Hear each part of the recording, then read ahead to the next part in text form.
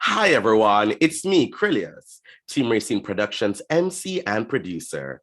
And welcome to our channel today, Salah Czapary. Welcome. Thank you, Krylios. Thanks for having me. It is such a pleasure to have you here. How are you? I'm well. It's, a beautiful sunny day. Just enjoyed a walk outside, so I can't complain. Awesome. Well, I want to kick this off with you just introducing yourself to our viewers and let us know a little bit about your background and experience. Definitely. So my name is Salah Czapary. My first name is Arabic. My last name is Hungarian. My mother is a Palestinian refugee born in Libya. My father is Hungarian, actually was born in Austria. My grandparents were displaced after the Second World War, eventually came to the US. I was born in Rockville, Maryland, and grew up there, and was actually raised in a Baha'i family. Wow. Albeit I'm not practicing anymore, but I appreciate my upbringing because it really instilled in me service to others, belief in the oneness of humanity. And in fact, I still wear a necklace with one of my favorite Baha'i writings on it, although today the latch broke, so I'm not wearing it right now. But that writing it says, God is the helper of those souls whose aim is to serve humanity. So that kind of animated my career. And when I was 25, I joined the DC Metropolitan Police Department and went through academy training and actually was first assigned to the 4th District Substation, which is in Ward 1, 750 Park Road. So as a police officer, I patrolled mainly the neighborhoods of Petworth, Park Manor, and Mount Pleasant. And then in 2018, I had the opportunity to move down to headquarters and run volunteer programs and outreach. I was in charge of our reserve corps. So suddenly I went from being an officer to being in charge of about 100 reservists, their backgrounds, rehabilitation, training. I ran our domestic violence liaison program, our community engagement academy, and a bunch of other outreach programs. In 2019, I took on our marketing budget specifically for recruiting and hiring entry-level police officers. And then most recently, when Chief Conti became the new chief of police, I moved over to his office to work on strategic projects and outreach. And so I had a pretty unique career. I've been lucky to have a diverse career at MPD, to have the hands-on experience of being a police officer answering 911 calls, but also being at headquarters and seeing the agency from a more strategic level. How do we partner with other agencies? How do we improve police service? And so I left MPD February 5th to run for public office, giving my full time and attention to it. And it is bittersweet. As much as policing has to improve, I will say that the people that I worked with there, they're some of the most heroic, resilient, and compassionate people. But the next chapter awaits. All right. So tell me, Salah, why have you decided to throw your hat in the ring for the DC Council this year? Why this election cycle? Definitely, it's a great question. Right now, I think there's a lot of anxiety in the city about rising gun violence. We're at nearly a 2-decade high in homicides. Carjackings have tripled over the last 3 years. And I believe that DC should be the blueprint for the safest city in the country. And that regardless of what street you live on, you should be safe and feel safe. And so I'm jumping into the race because what I want to lend to the conversation is my experience as a police officer, working also at MPD headquarters, and my public safety experience. Because when we look at what we need to do as a city, there's a conversation about what's the role of police. There's a conversation about what's the role of violence interruption. There's a conversation about what are the alternatives. And as a first responder, I've stood over dead bodies. I've patched up gunshot wounds. I've also looked for missing children. I've responded to domestic violence calls. So I have that hands-on experience, but also the more strategic level. How do we partner with other agencies? How do we work together? And we're coming off the heels of COVID. We're coming off the heels of almost 2 years of people saying, we need to innovate in public safety. We need to create other systems that work. And unfortunately, we really haven't done that. In DC, if you call 911, you still only have the option of a police officer or fire and EMS. And there's broad support amongst police and amongst the community for alternatives to non-emergency or non-violent calls. I always would tell people about a call that I went on when I was a police officer. Lady called for a customer dispute. She was upset at this nail salon that they didn't offer. I think it was like a half gel service. I'm not sure exactly what the service was. But, you know, I responded, de-escalated the situation, got on Google, helped the lady find another nail salon. But we really have to ask ourselves, is that something we want an armed agent of the government doing? For two reasons. One, is it the best use of police resources when we're seeing this uptick in violent crime? Yeah. But also, any interaction with a police officer involves at least one weapon, and that's the police officer's weapon. So we really have to rethink our systems and innovate, and there's plenty of room to innovate. So that's what I'm hoping to lend to the conversation. Awesome. And I'm glad that you went so deep into that, because I'm sure getting a position, you know, a role on the council, there's just so many decisions, you know, that you're going to have to be involved with making when it comes to the future of the district. Let me to walk me through some of those issues that you'd really like to tackle, you know, that are at the top of your mind when thinking about your role on the council. Definitely. So I kind of touched on the first one, public safety. But when I think about public safety, I think about it kind of in three prongs. The first two prongs are a more immediate need and how we deal with violent crime today. And the last prong is, where do we want to be in 30 years? I'll start there because that's, you know, the easiest to talk about. We all kind of agree that to be in a better state in 20 or 30 years, we need to broaden the foundations of our existing systems. We have to broaden the foundation of education, of housing, of healthcare, of public safety. But to do that, we have to say, where do we want to be in 30 years? And how do we, each year, stepping back, what do we have to do this year to today to get there? And it's, you know, if we make investments in those systems, we're not going to reap the benefit for 10, 15, 20 years, but we have to be intentional about it. You know, I always tell people the best time to plant a seed was 20 years ago. The second best time is today. So we have to plant those seeds to let those trees grow. But we also have to deal with the immediate crisis right now, which is rising homicides, carjackings, a lot committed by juveniles. And so in the immediate need, I touched on a little bit, is we have to make sure that we're staffing our response agencies appropriately. So right now we have our Metropolitan Police Department, which responds to violent crime and calls for service. And we haven't actually created anything new to respond. We do have violence interrupters and they do good work, but they're not part of the 911 network. So back in the fiscal year 21, due to a budget cut, we actually experienced a force reduction of 250 officers and detectives, which there's no magic number of police officers we need.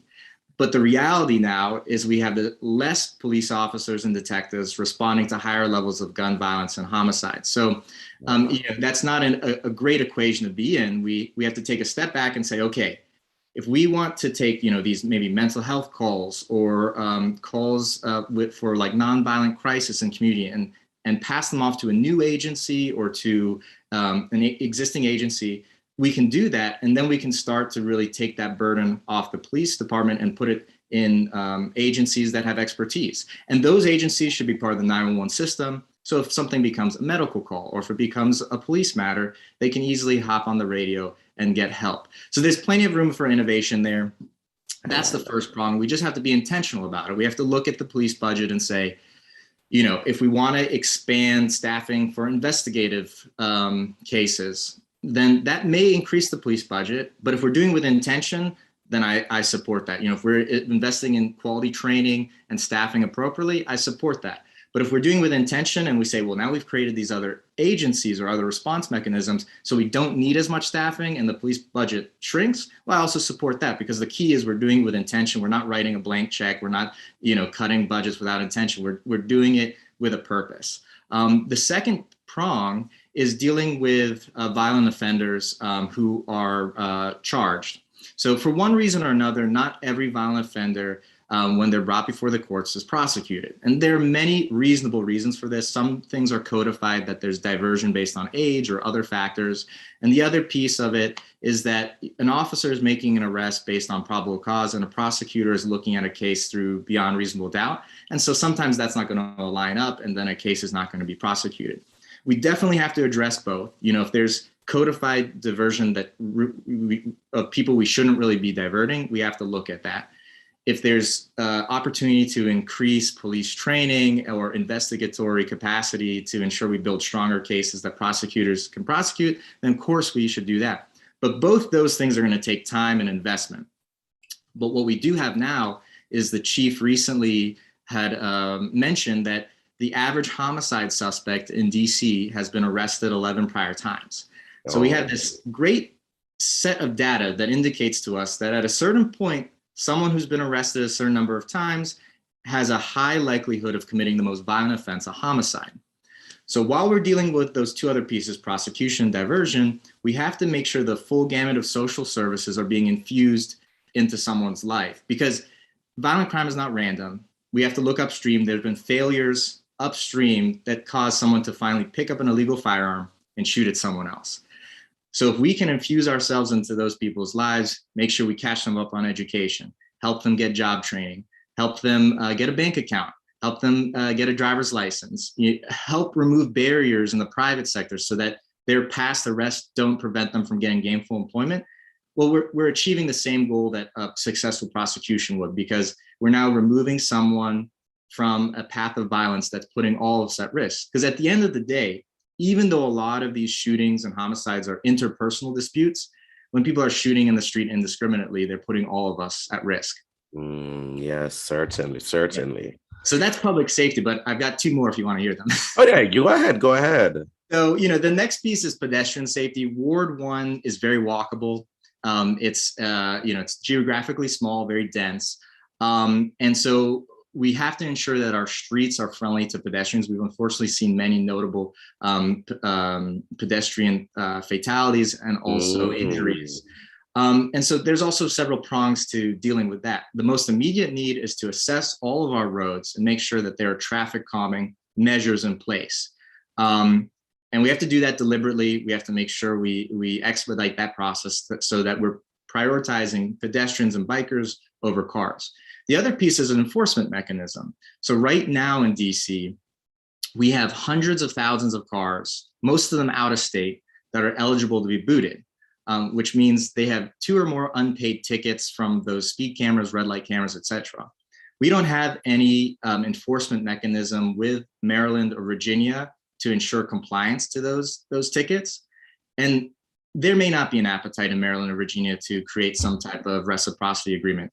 And even if there is, it's going to take time.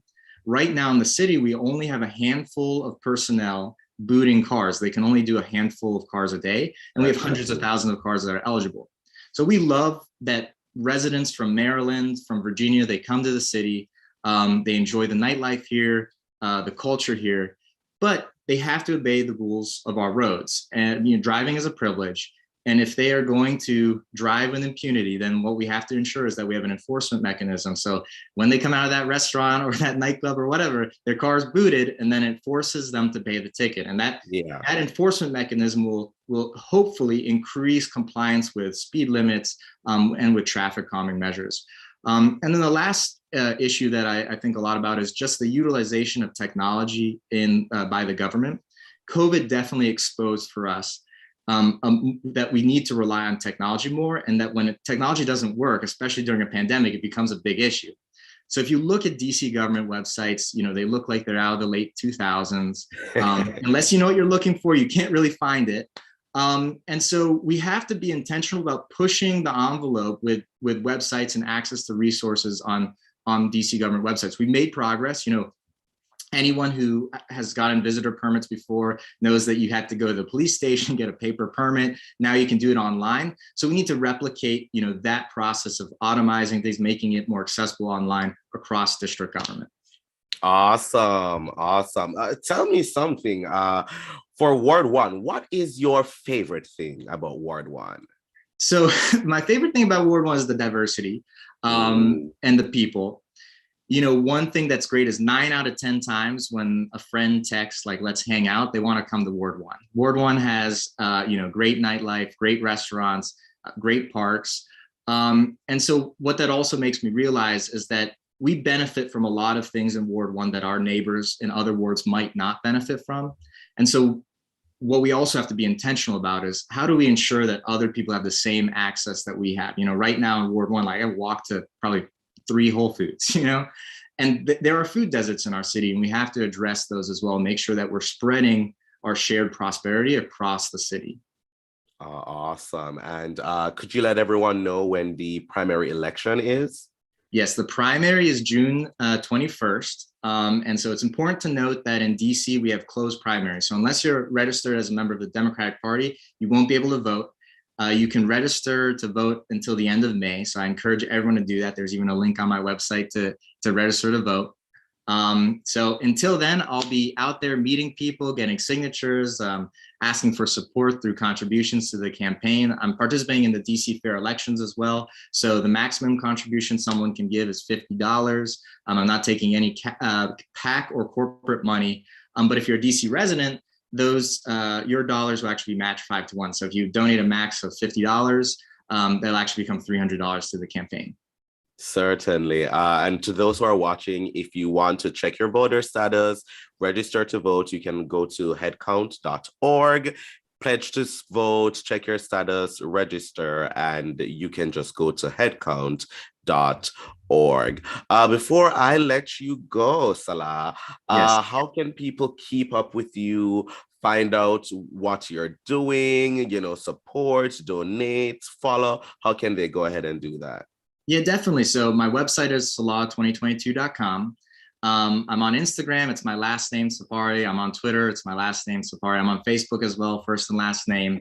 And another feature that we're rolling out is a WhatsApp number. So if you want to WhatsApp me, one thing I really want to do with this campaign is run it how I would run the council office. I want to be accessible to people. I want to make sure people feel seen and heard.